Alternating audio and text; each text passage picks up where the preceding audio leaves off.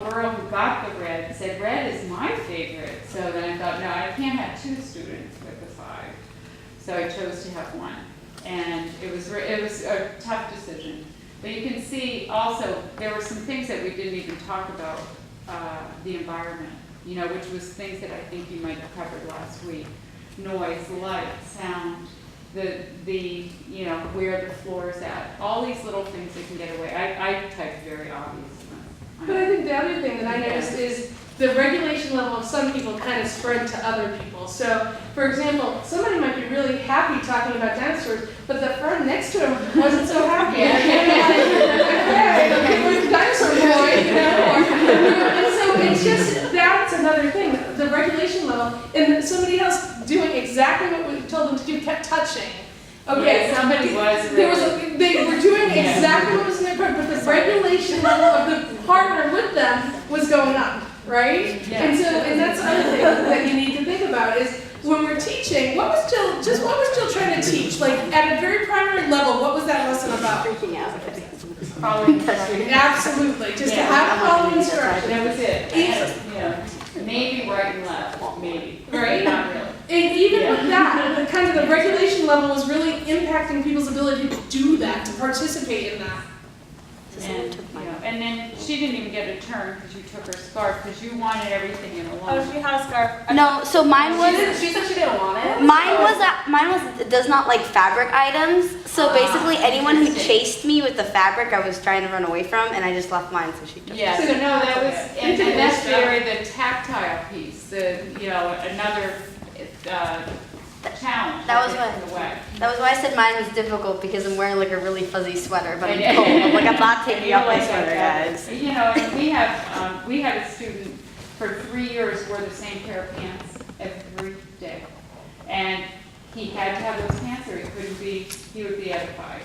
And I remember the mother at a meeting saying, I wash them every day, I tried to get other sizes, there's a hole in it now, I don't know what's gonna happen. And, but he managed to go through life as a young child, wearing the same pair of pants every day. And that's what kept him ready to learn. So then you have to kind of decide as the adult or the parent, the teacher, if you know that having him wear another pair of pants is going to dysregulate them, then you need to work on that. That's what you're working on. You're not working on those other things. You might choose that that's what you want to work on. I mean, that is important that you wear pants, right? So that might be your goal, that might be it. But if you're working on that, you might have to put some other things. Well, somebody said priorities. So you have to always thinking, when you think about regulation, you're thinking about priorities. Wow. The sun, thank you. Yes, it was a great profound statement. Okay, I'm going to collect the scarf. And now what else? What are the only do? I know. My scarf was the prettiest. You want the papers. But stay here in the center. I'll collect them, no worries. We're going to stay in the center. Thank you. So what I wanted to do was show you a typical activity and what it would be like if somebody wasn't aware of students with autism. And then myself being a more experienced teacher, this is a lesson I would actually do. So you can see how I can meet the needs. She'll come around and bless it. So I just need to get a couple of my visuals. So we still have any practice? No. Well, I mean, I guess you could. I just need to let this. The first thing that we use, when we talked about communication, different ways to communicate, we use visual cues. There's a very school-based program called Spohn that is accessible at most school levels. That will, what happens with words, and I'm sure she said this last week, was words come and go, but a picture will stay still. So, and also to have a predictable environment is very valuable. So I have a student, when she gets to PE every day, she has to read her schedule. So she knows exactly what's going to happen. She's pretty high functioning. I could do it written, but I like the visual for her. And this is kind of large. She's in high school. But, you know, we've seen them on little things, and I also have it on an iPad. So you can see when she gets to APE, except that our one school doesn't have that. There we go. Open it. I don't know why it's not opening. Well, it should open. I don't know. Do I have to be on the network probably? Probably. Yeah. Okay, so I can do that. But that would have her APE schedule there. And so she knows where to go, what we're going to do, and she has this. These are solutions to students that need predictable, visual, nonverbal, not somebody saying their name, you know, you're the only name I know, Emma, you know, like, you know, redundantly. So that's going to bring them up even another level, or they'll totally ignore you. You know, it's like one or the other. So I'm sorry I can't show you that. So here we are in PE, and the first thing I have my students do, and I hope I have the right visuals, is I'm going to have everybody, I need you to sit down, and I just have, this isn't my sit-down picture, it's my wishbone picture, but,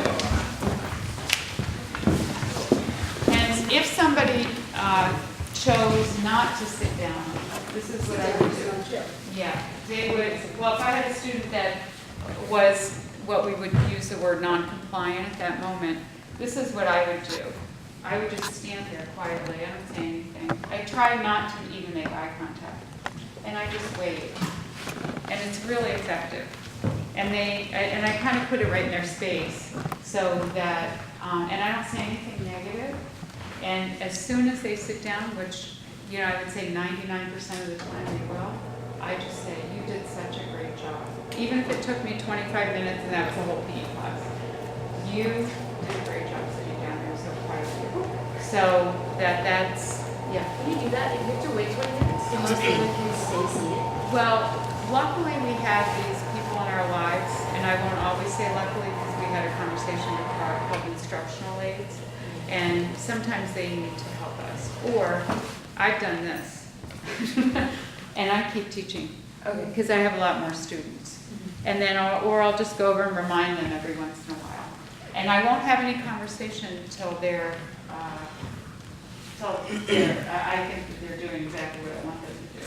And I think that a mistake a lot of people make is repeating it in a slightly different way. And if people have a hard time accessing language, you're making them reprocess the instruction over and over. It's like you're hitting a restart button and they're going back to the beginning. Much better off waiting, showing the visual, than engaging. It can be the conversation, the eye contact, the frustration if they see it on your face could be a secondary reinforcer, but really the main problem is the communication, that you're not communicating with them effectively if you keep talking, giving the instruction in a different way. Okay, so this is, the next activity we're going to do is a song, and typically we have some students, I would say typical because that's a generalization. Students with autism respond better to some type of pattern, even in the music. So a lot of my music is, and I have 300 songs that I use, is very repetitive, very repetitive. So I'm going to play a song, and for some reason I have the students just, this is one of their favorite songs. I can't say they respond very well to this song. I don't want to have it too loud.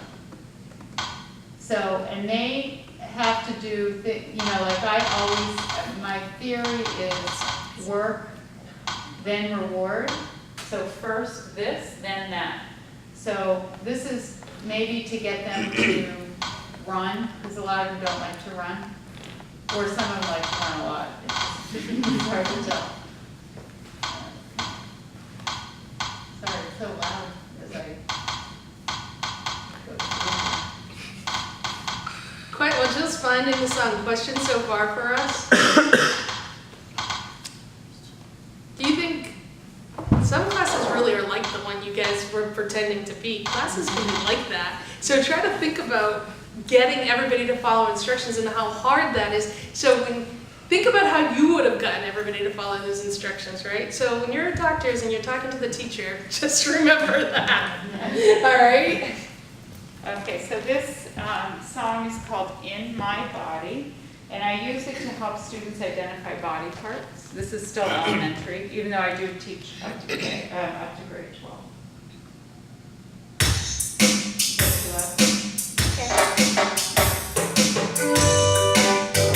This has a repetitive theme.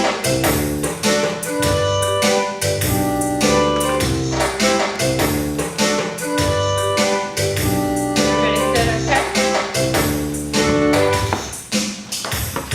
Okay, now when you hear the words in my body, we're going to clap. In my body,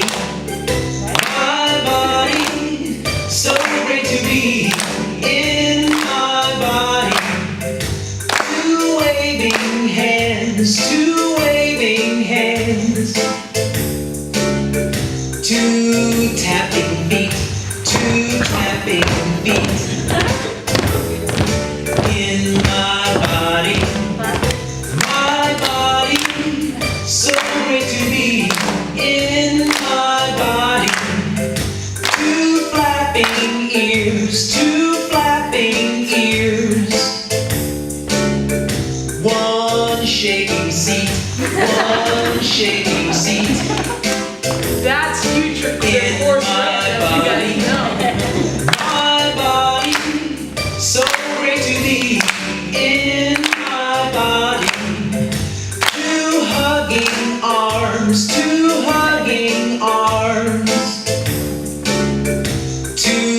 knocking knees,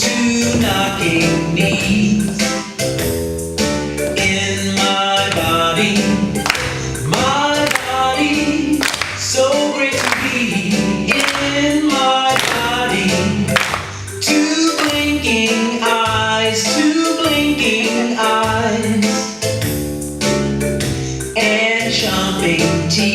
and chomping teeth,